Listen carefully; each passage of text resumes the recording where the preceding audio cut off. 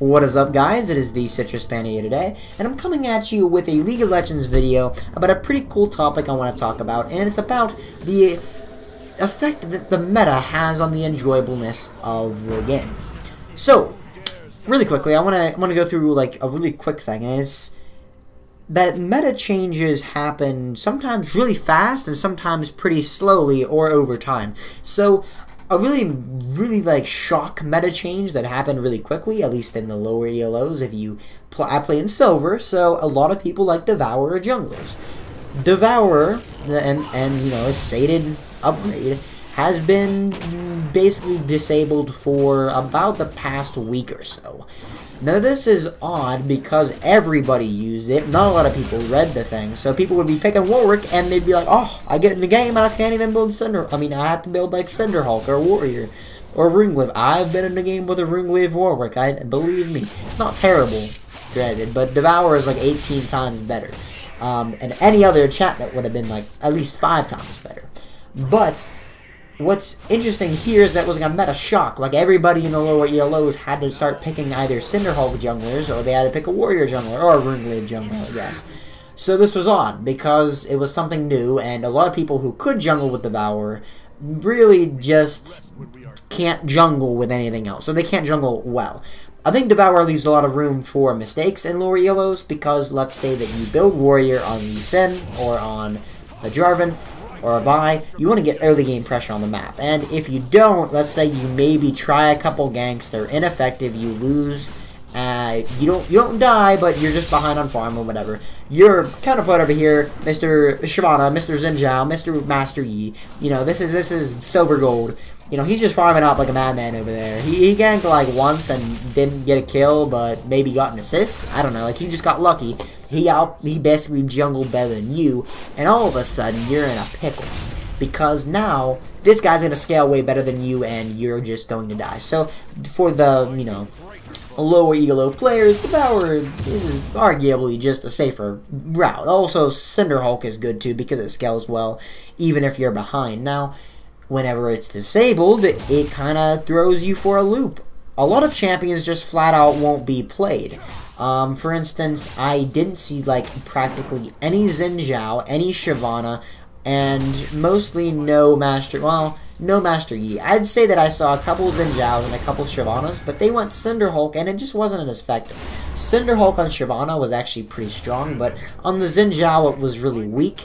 And I've seen Master Yi like in the past go Warrior, but I don't think it's very strong on him in general, especially being the fact that his weakness is that he gets blown up, and Devourer kind of gives him a strong point as to build Blade, build Devourer, and maybe like one other offensive item, then you just build Tank, and you still do like everybody's health bar like to 0 in a couple seconds. So overall, the meta changes, and I think if you enjoy one thing, then you'll enjoy the game more. And what I mean by this is Warrior is kind of making a comeback. Warrior with its counterpart, arguably counterpart, Runglaive, have definitely been coming back in a big way, because a lot of the Cinderhulk champions just flat out got nerfed, or Cinderhulk got nerfed itself and they got nerfed, so it's just overall the Cinderhulk junglers are not super less effective because they're still really good, but they're just weaker overall. And as a result, Warrior got like a 5 AD buff, Runglaive is already really powerful, and you just see it a lot more often now. So, for Worlds, we'll obviously still see the Cinderhulk junglers in certain team comps, but I think we'll start seeing a Warrior, like Warrior junglers and Runglaive junglers start popping out a lot more. There were some, and that Runglaive was pretty popular, and Warrior has been sparse play, but in general, like as of late, I think Warrior has taken off, and at Worlds it'll definitely take in an effect. I'm talking about the jungle meta right now, because the jungle meta tends to affect the rest of the map for some odd reason. Like, for instance, if you have a tank jungler, then you can have a better carry top laner. Like, if you want to put Yasuo top, you kind of need a tank somewhere. You're usually not putting a tank mid. A support doesn't have as much gold to funnel themselves into to kind of get the tank items they need. So you can have a tank support, but it's not going to be as effective as maybe having a tank jungler and a tanky support. So with all these things, it affects the meta in a big way. And now, is it arguably, like, does it affect the enjoyability of the game? I think it does, because if you play certain roles, you're at a disadvantage, and if you play other roles, you're at an advantage. Or maybe you like to play a certain style, and you want to. You like playing this champion. So whenever Warrior's powerful and you like playing the Lee Sin, you like playing the Kazakhs, you like doing all that kind of stuff, well, suddenly it's pretty good for you.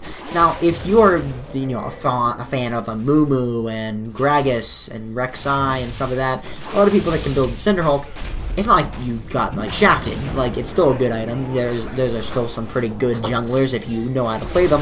And I think if you put enough time in on any champion, you can make them viable in general. But the main takeaway here is that a lot of people will enjoy different metas than others. A lot of people, I think, disliked the tank meta for different reasons. I didn't mind it a lot because I main Vayne in the bot lane. And now, a lot of people would think, though, that it's really good. And it is good for Vayne because she's a tank buster. But, you know, it also sucks whenever the enemy tank jungler, you know, has Thornmail and Frozen Heart and Randuin's, or, you know, the team has a mixture of those. You have 30% less attack speed. You hurt yourself whenever you hit them. They have Grunt passive, so you hurt yourself whenever you hit them. It's a bad day for AD carries in general against tanks.